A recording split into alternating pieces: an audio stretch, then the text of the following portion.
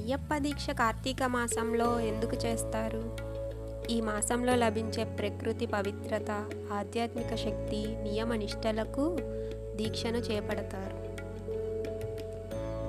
కార్తీక మాసంలో దీక్ష తీసుకొని నియమ నిష్టలు పాటించడం వల్ల భక్తి, పరిశుద్ధత, మానసిక శాంతి లభిస్తుందని నమ్మకం ఉంది.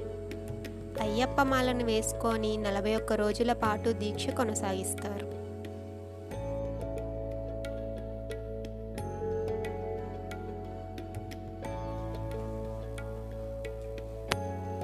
కార్తీక మాసం హిందూ సాంప్రదాయంలో పవిత్రమైన మాసంగా భావిస్తారు.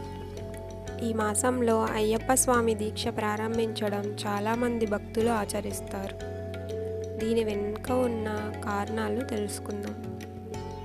1. ఆధ్యాత్మిక పవిత్రత కోసం.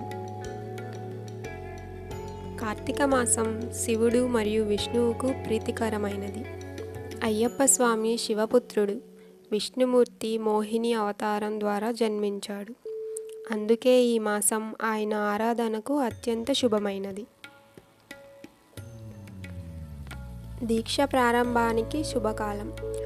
అయ్యప్ప స్వామి మకర జ్యోతి దర్శనానికి ముందు 41 రోజుల దీక్ష చేస్తారు. దీన్ని మండల దీక్ష అంటారు. దీన్ని కార్తీక మాసంలో ప్రారంభిస్తే మకర జ్యోతి సమయానికి పూర్తవుతుంది. 3. శరీర మరియు మనసు శుద్ధి కోసం.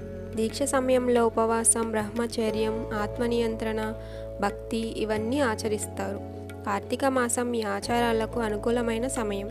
వాతావరణం కూడా నియమాలను అనుసరించడానికి సులభంగా ఉంటుంది.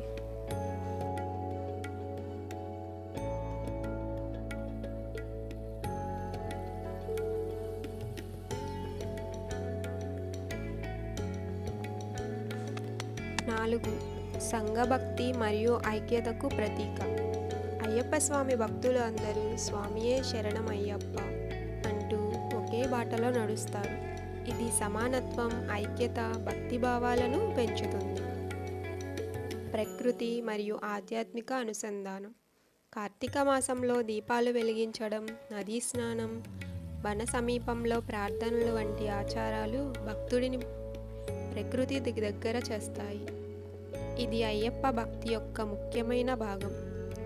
ఇందువల్లే కార్తీక మాసంలో అయ్యప్ప దీక్ష ప్రారంభించడం అత్యంత శుభకరమైనదిగా మరియు ఆధ్యాత్మికంగా గొప్పదిగా భావిస్తారు. ఓం స్వామియే శరణమయ్యప్ప. శ్రీ విష్ణు రూపాయ నమః శివాయ.